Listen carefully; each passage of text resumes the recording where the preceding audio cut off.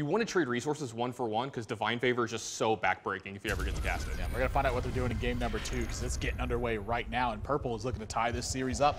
But HPL, I can guarantee you 3-0 right here would be a great thing for his confidence. And this is a nightmare here for Purple. It looks like Freeze Mage is going to be running into Warrior. You know, I love the Q-ups here from HPL so far, especially his first one. You know, Purple's been playing a lot of stuff like Rogue and Druid, and those aggro Paladin matchups, they're pretty good.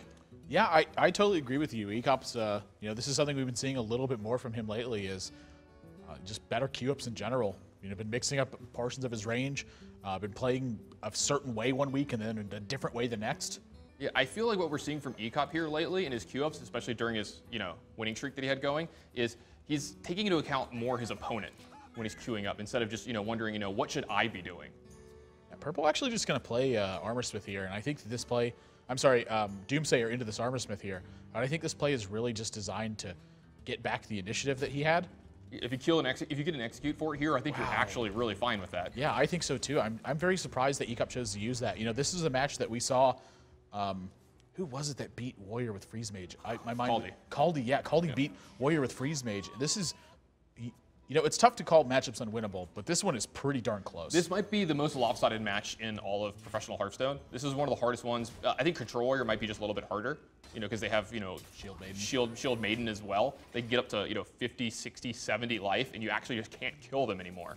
Yep. But Purple is one of the people that can win this. You know, Caldy has won it before. Caldy showed how to get it done. It was against Purple's teammate, Zalay, so I had to have a feeling that Purple either heard or watched that game.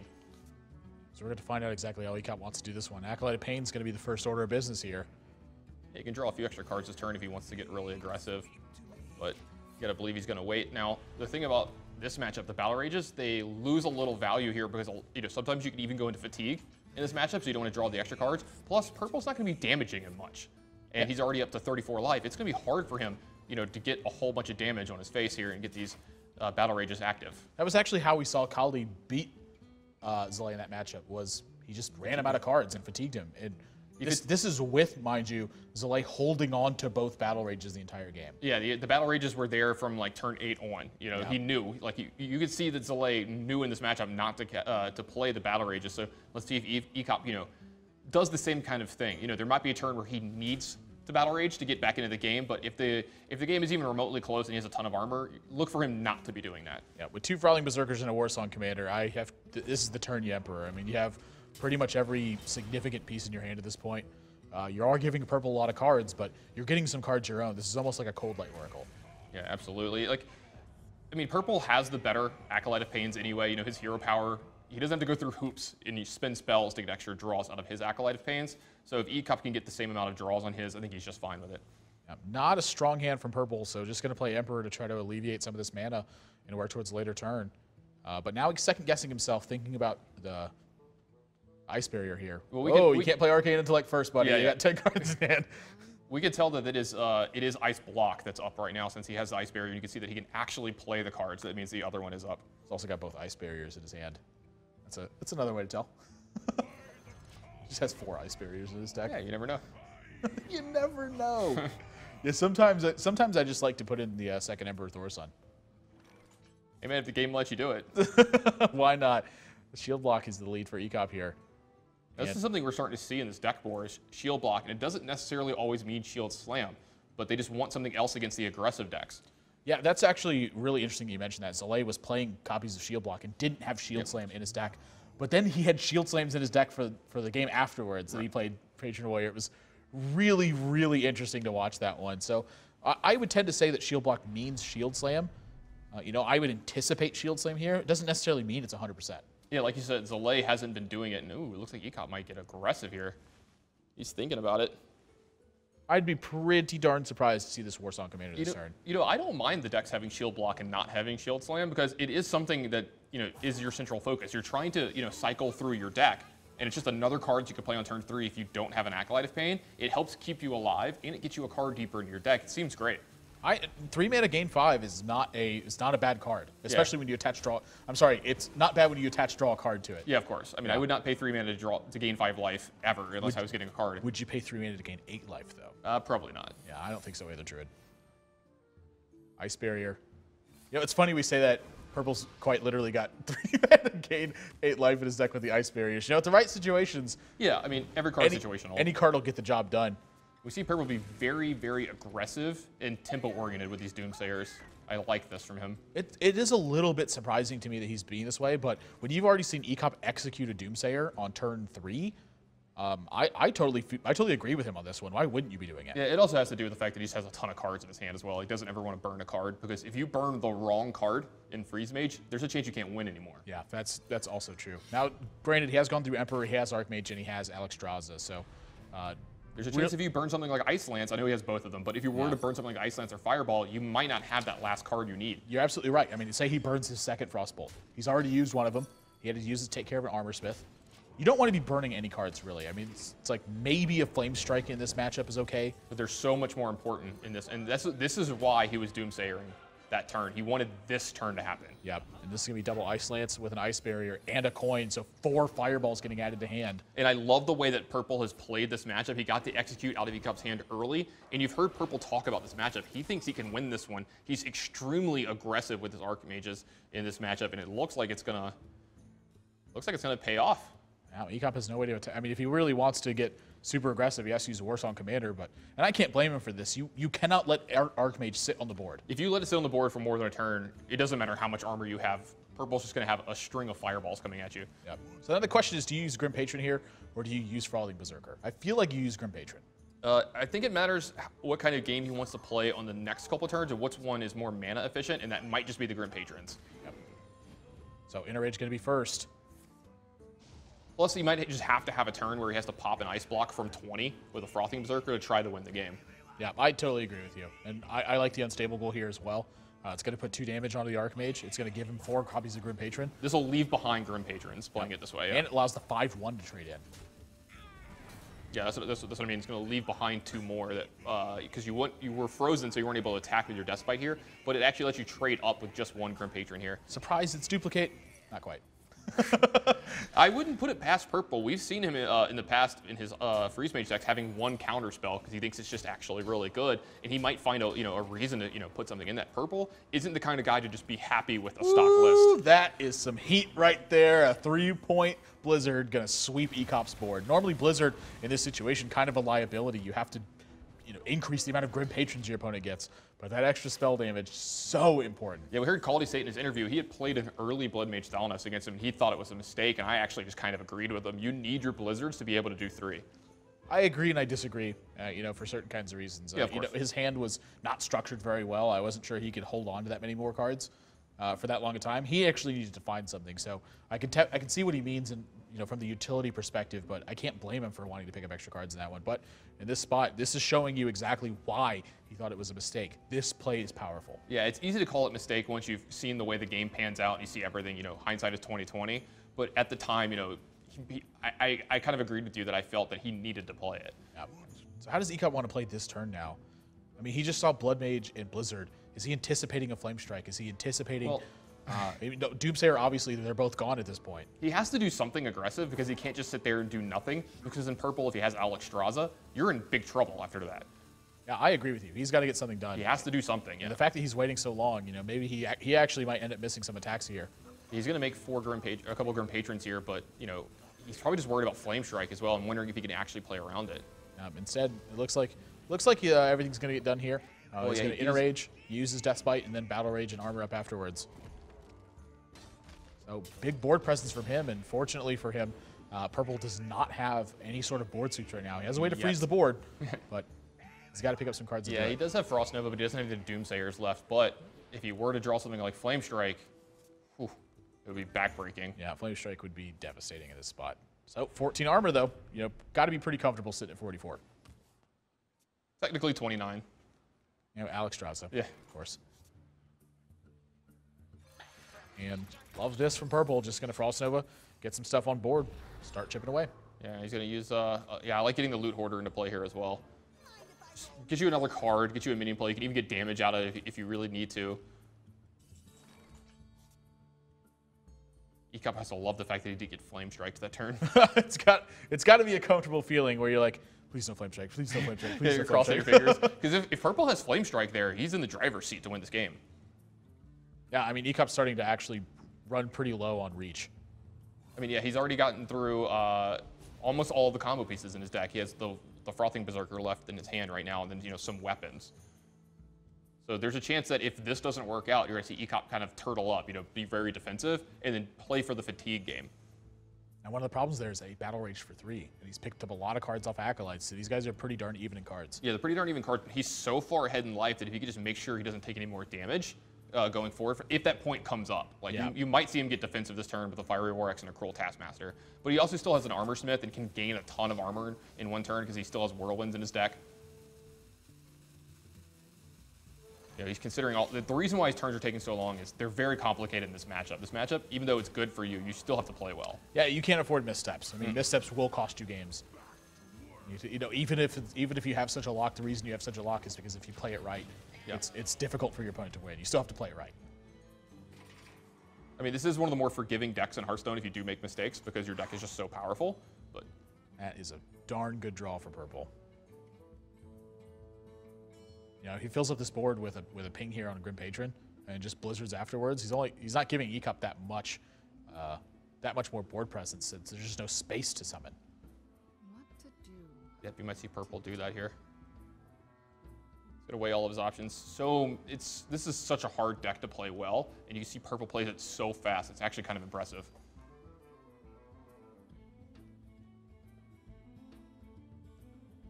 Yeah, I like the sequencing here as well. He needs to shoot one of the 3/3 Grim Patrons. There you go. It's important to be shooting the Grim Patron here as well. You can always shoot the Frothing Berserker later. There's no way HPL can attack with this big Frothing Berserker. If he silences it, it's not going anywhere. Yeah, it loses no all its longer power. Yeah, it becomes a 2/1. Yeah. Also, the way purple set up this board, Whirlwind, not a good card anymore right now. Just pretty much completely dead at this point. And what does HPL do now? Do you commit more to the board? You can't play your Unstable Ghoul. You can't cast your Whirlwind. I mean, you can slam here. That's not even good. You could slam your own Armor Smith maybe, just to draw a card. Do you need to draw a card that bad here, or do you start to settle in for the fatigue game now? That's the thing, is I don't even think he wants to draw cards right now. Yeah. I mean, look at the deck sizes that are happening. Yeah, I feel like this might be one of the matchups where the percentages might be a little more skewed because I feel that purple really knows what he's supposed to be doing in this matchup, and HPL knows that this is a good matchup and maybe hasn't played it a ton. That's a possibility as well, but the other thing that's happened is that purple's just been forcing HPL into these uncomfortable positions. We talk about how players oftentimes play in a way that will dictate the way their opponent uses their mana. Purple has done that beautifully so far this game. And there's the Flame Strike. Yeah, what more could you have possibly asked for? That Acolyte, by the way, is sticking in hand for the rest of the game, and likely that Arcane Intellect is as well. Both of these guys very low on cards, and purple is looking to get to a spot where this is a big liability for HPL, is to not be able to draw cards. Yeah, and HPL's figured it out. You see him immediately armor up and pass there. He's settling in for the fatigue battle. Purple, he's got to dodge and execute here, and that's what he might be doing. He might be playing around execute. Wow, that's very surprising to me. What means do you have that you can play around execute with this? He might still have the counterspell in his deck. That's a possibility too. That's actually one of the reasons he said that he would play it is, if you play against Grim Patron and you get one of the executes out, which I love the way he's played this game if he has a counterspell in his deck. He's like, you just get one of them out, then you set up a counterspell, you can get them. Well, 29 versus all the life, and now 9 cards in hand for purple. Something's gonna have to give pretty soon. Given the hand sizes, HPL doesn't have to make the first move here. No, not at all. But HPL, purple knows this. There's not a lot of cards that he can actually play. Can HPL even play this Gnomish Inventor? It's worth so much damage to himself because they're gonna get to fatigue. Yeah, that's a good point. This is such a strange game. Wow, both players know what's happening at this point, and it's up to the cards to figure some of this out. I think a Fireball's going to face this turn. 4 of a kind dealer. What do I win? Yep. Well, you win 6 points of damage this turn. So purple playing that out of fatigue is his game right now. And HPL continues to draw dead card after dead card. The funny thing is HPL can't even put his own Acolyte of Pains into play because purple will just start pinging them. Yeah, drawing cards is strictly a liability at this point. And purple's going to be content with just continuing to work on the armor total from HPL. Now, does purple have another regular Fireball left? I think all the other ones are made by Archmage, right? I think he's got 1 extra Fireball left. There's that execute. It's funny that purple, I actually agree with his line of play now that I'm thinking about it, of trying to play around the execute. But had he played that Alexstrasza, this game would have been over. Yeah, this game would have been well. EK0p would have had to do something, so the game would have sped up. But it's very likely it would have been over. And there's the Frostbolt that adds a ton of damage. You might see Purple strike now.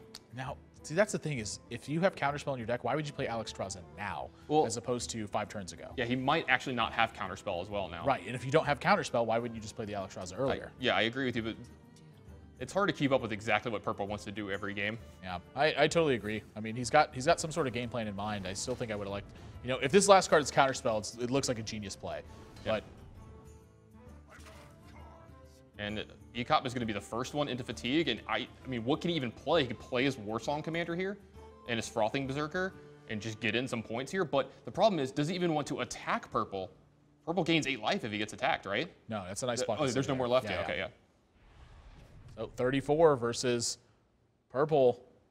Yeah, Purple's actually way ahead of this, by the way. He's way ahead in this fight. Yeah, the extra fireballs giving him a lot of leverage. Yeah, and so there is no counterspell in the stack, but before he fireballs here, you may see him just play the Alexstrasza because he doesn't want to do any extra damage to EK0p here. Very surprised he didn't play this earlier, but there's going to be is Alexstrasza taking off a full 15 here. Yeah, Purple's got this game won. We're going to have to see. I mean, EK0p still has got a lot of damage left in his hand. You know, if he sets Purple, if he pops the Ice Block down to 1, the game is ended. 1, 2, 3, 4, yeah, 5, can 6, EK0p 7, 8, get him 9. down to 1? That's what we said. He had to set up this turn with a gigantic. That's what we were talking about earlier. He had to set up a turn with a gigantic. The thing is, he has to actually attack Purple after getting him to 1 to break the Ice Block. Yeah, that's a point. That's a big point too. Like, it's a very complicated thing that EK0p has to do here. I'm glad I'm not sitting in that seat right now. I would need a calculator and pen and paper. Yeah. Like, I would have been taking a lot of time during those turns when we were just armor up and passing and trying to figure it all out. You know, that's actually a really, really good point that you make, is that EK0p has been playing his turns very fast, knowing that his game plan is to get to this fatigue point, but now suddenly he finds himself in a complicated situation where he's got to get the math perfect. You know, you might just sit behind this unstable goal as well. But then, you know, you got to worry about Purple actually attacking you. Yeah, execute is for sure happening. And there's a lot of animations he's got to get through here. I would venture to say that all these have been queued up at this point. Yeah, he's queued up the Whirlwinds. And he does gain a ton of life here as well. Doesn't keep the Whirlwinds, doesn't have any mana left. Oh, yeah, okay. Holding onto his weapon for another turn. EK0p sits up straighter. Purple's got 15 points of damage available. But he's gonna take his time. Yeah, he can take care of this board with his explosive shoot. Purple just won this game. EK0p's got no way to deal burst damage right now.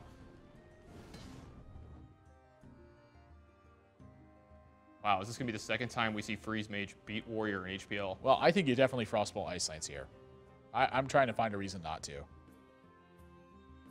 I think Purple's just going through all the cards he's seen in the game so far, making sure he doesn't need to keep it just for something else. But yeah, I agree with you. I mean, this is 19 damage you got in your hand, and EK0p's also in fatigue. You know, maybe the Whirlwinds give him the extra time, but you have an Explosive Sheep on board. His whole board's getting wiped out. Yeah, a Whirlwind actually kills all of EK0p's board here. And he can't actually play either of his minions. You can't attack with anything either. Man, Purple played this well. Winning those really hard matchups is always going to feel really good. This game is all hinged on, by the way, that Archmage forcing damage from EK0p's hand instead of forcing an execute. Yeah, well, Purple got him to execute early. You know, EK0p, when he goes back and looks at this game, that is the most important play for me, is why would you execute that Doomsayer that early in the game just to kill, you know, I mean, just it's only threatening an Armorsmith. Like, that's all, you just let it happen. It's fine. The games are going to go long. Now, you say only have threatening an Armorsmith, but Armorsmith can be so critical to winning this matchup. You know, all the life total matters a lot. He doesn't have Shield Maidens in his deck. He doesn't have, you know, the liberty to just gain all of it that he wants, and doesn't have these major late game threats. Well, like, I agree with your point. I don't know if I agree with it in that instance. You know, I mean, he's just saving an Armorsmith at the time, and like, why would Purple make this play? He's obviously, you know, trying to get a good tempo play. I mean, just to me, I think you just let it go. Now, I think I agree with you, you know, after seeing the way this one panned out, but gosh, it's a tough one. It's a hard game. Like, this is a clear indicator of the importance of practice in this matchup, and you have to know that this is a deck that Purple has played so many times before. So not even going to Fireball, going to continue to play around Alexstrasza even. Yeah, just in case something crazy is going on here. Yep. Ek0p going to take 4 points of damage next turn to fatigue, so he'll fall to 7 from that. And that's Purple's got exactly 7 damage in his hand. This one just looks like it was mapped. Yeah, man, you got to feel good if you're on Purple side, and you got to feel really bad if you're on Ek0p side. You got the queue up that you wanted. This is one of the matchups that you want when you're playing Warrior, but Purple just comes out of it. I mean, what just excellent play from Purple in this one. Ek0p so close to getting completely out of range, and at the end of the day, just drawing 1 or 2 too many cards in this matchup ended up costing him. Yeah, I love the way that Purple played this match. He played it aggressively. He made Ek0p have things, and he made Ek0p play maybe, you know, a little not great at the beginning there that execute. We could talk about that for hours, I think.